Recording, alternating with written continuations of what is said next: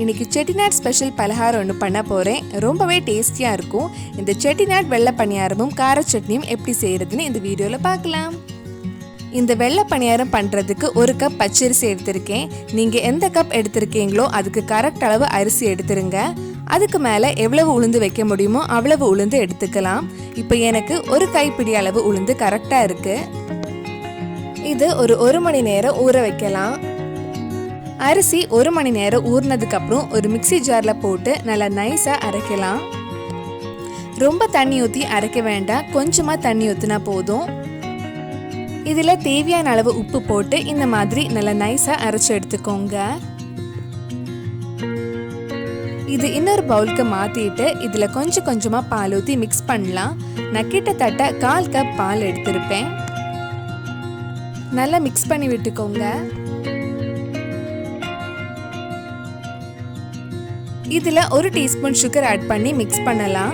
மாவு இந்த மாதிரி ஒரு கன்சிஸ்டன்சியில் இருக்கணும். மாவு ரெடி பண்ணியாச்சு. இனி பணியாரம் பண்ணுறதுக்கு ஒரு கடாயில் எண்ணெய் சூடு பண்ணலாம். எண்ணெய் ரொம்ப சூடாக வேண்டாம். ஒரு மீடியம் சூடு வந்ததும் 1 கரண்டி மாவு எடுத்து மெதுவாக ஊற்றலாம். இந்த மாதிரி எண்ணெய் மேலே விட்டுட்டே இருங்க, அப்போ தான் பணியாரம் நல்லா உப்பி வரும்.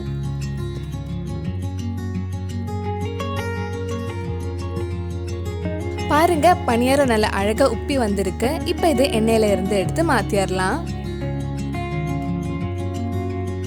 இதே மாதிரி மிச்சம் இருக்கிற மாவுலையும் பணியாரம் ரெடி பண்ணலாம். இது ரொம்ப டேஸ்டியாக சாஃப்டாக இருக்கும்.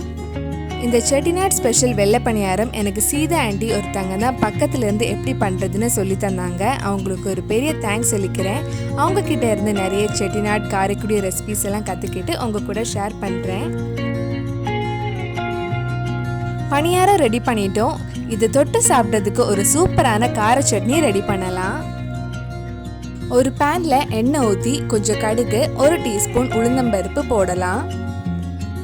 கடுகு வெடிச்சு உளுந்தம்பருப்பு பொன்னிறம் ஆனதும் கொஞ்சம் கருவேப்பிலை, 7-8 சின்ன வெங்காயம், பாதி பெரிய வெங்காயம், 2 பல் பூண்டு சேர்த்து வதக்கலாம். மிக்சியில் அரைக்கிறனால சின்ன வெங்காயம் கட் பண்ண வேண்டாம், அப்படியே போட்டு வதக்கலாம். தேவையான அளவு உப்பு போட்டுக்கோங்க. வெங்காயம் கொஞ்சம் வதங்கினதும் ஒரு தக்காளி ஆட் பண்ணுறேன். இதில் கொஞ்சம் காய் பொடியும் ஒரு சின்ன பீஸ் புளி ஆட் பண்ணலாம்.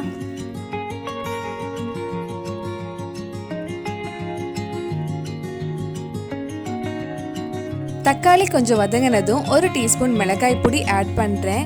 அந்த மிளகாய் பொடி பச்சை வாசனை போனதுக்கப்புறம் ஆஃப் பண்ணலாம். இது ஆறுனதுக்கு அப்புறம் ஒரு மிக்சி ஜாரில் தண்ணி எதுவும் ஊற்றாமல் இந்த மாதிரி நல்லா ஸ்மூத்தாக அரைச்சி எடுத்துக்கோங்க. இந்த வெள்ளை பணியாரமும் கார சட்னியும் சாப்பிட ரொம்ப டேஸ்டியாக இருக்கும். கண்டிப்பாக நீங்களும் இந்த சுவையான செட்டிநாட் ஸ்பெஷல் பலகாரம் உங்கள் வீட்டில் செஞ்சு பாருங்கள். இந்த வீடியோ உங்களுக்கு பிடிச்சிருந்தா லைக் பண்ணுங்கள், உங்கள் ஃப்ரெண்ட்ஸ் அண்ட் ஃபேமிலிக்கு ஷேர் பண்ணுங்கள். வேறு என்னெல்லாம் செட்டிநாட் ஸ்பெஷல் ரெசிபி நம்ம சேனலில் ட்ரை பண்ணலான்னு கீழே கமெண்ட் பாக்ஸில் சொல்லுங்கள். மறக்காமல் நம்ம சேனலையும் சப்ஸ்கிரைப் பண்ணிடுங்க.